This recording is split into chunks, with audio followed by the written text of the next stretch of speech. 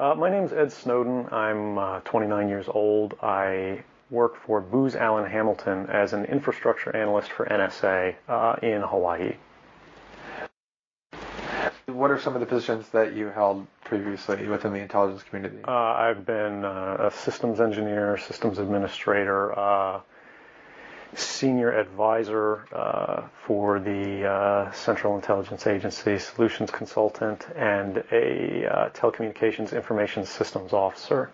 One of the things people are going to be most interested in trying to understand who you are and what you're thinking is there came some point in time when you crossed this line of thinking about being a whistleblower to making the choice to actually become a whistleblower. Walk people through that decision-making process. When you're in positions of privileged access, like a systems administrator for these sort of intelligence community agencies, you're exposed to a lot more information on a broader scale than the average employee. And because of that, you see things that may be disturbing, but over the course of a normal person's career, you'd only see one or two of these instances. When you see everything, you see them on a more frequent basis.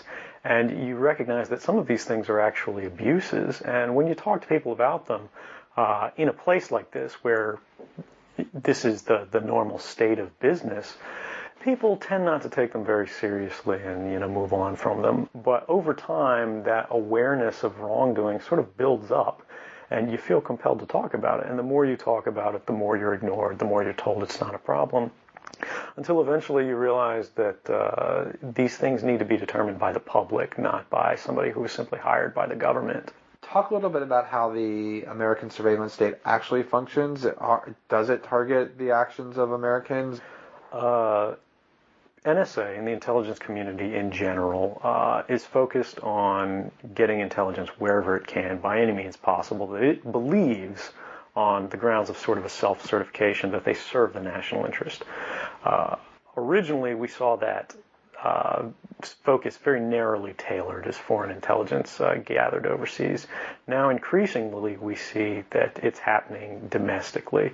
And to do that, the NSA specifically targets the communications of everyone. It ingests them by default.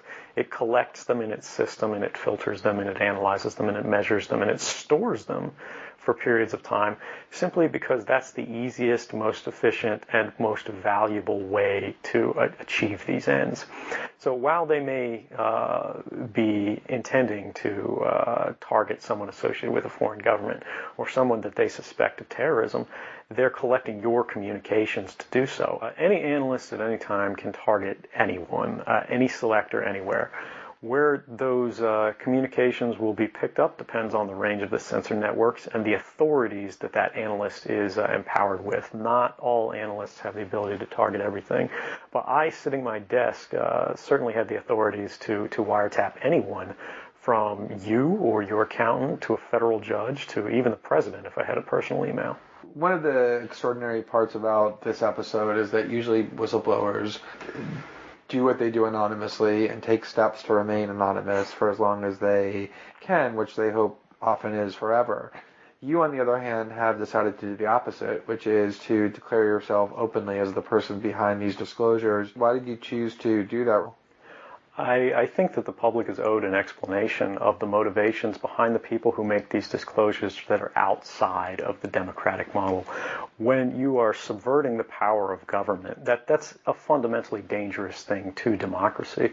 And if you do that in secret consistently, as the government does when it wants to benefit from a secret action that it took, it'll kind of give its officials a mandate to go, hey, tell the press about this thing and that thing, so the public is on our side.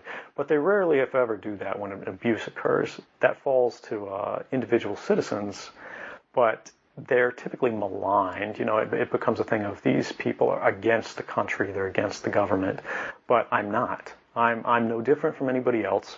I don't have special skills. I'm just another guy who sits there day to day in the office, watches what's happening, and goes, This is something that's not our place to decide. The public needs to decide whether these programs and policies are right or wrong. And I'm willing to go on the record to defend the authenticity of them and say, I didn't change these. I didn't modify the story. This is the truth. This is what's happening. You should decide whether we need to be doing this.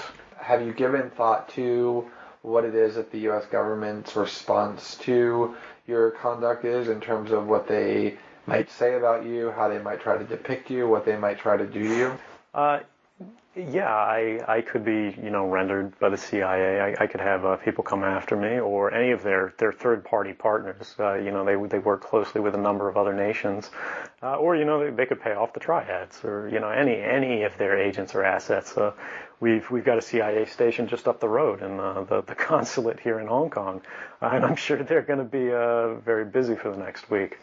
And that's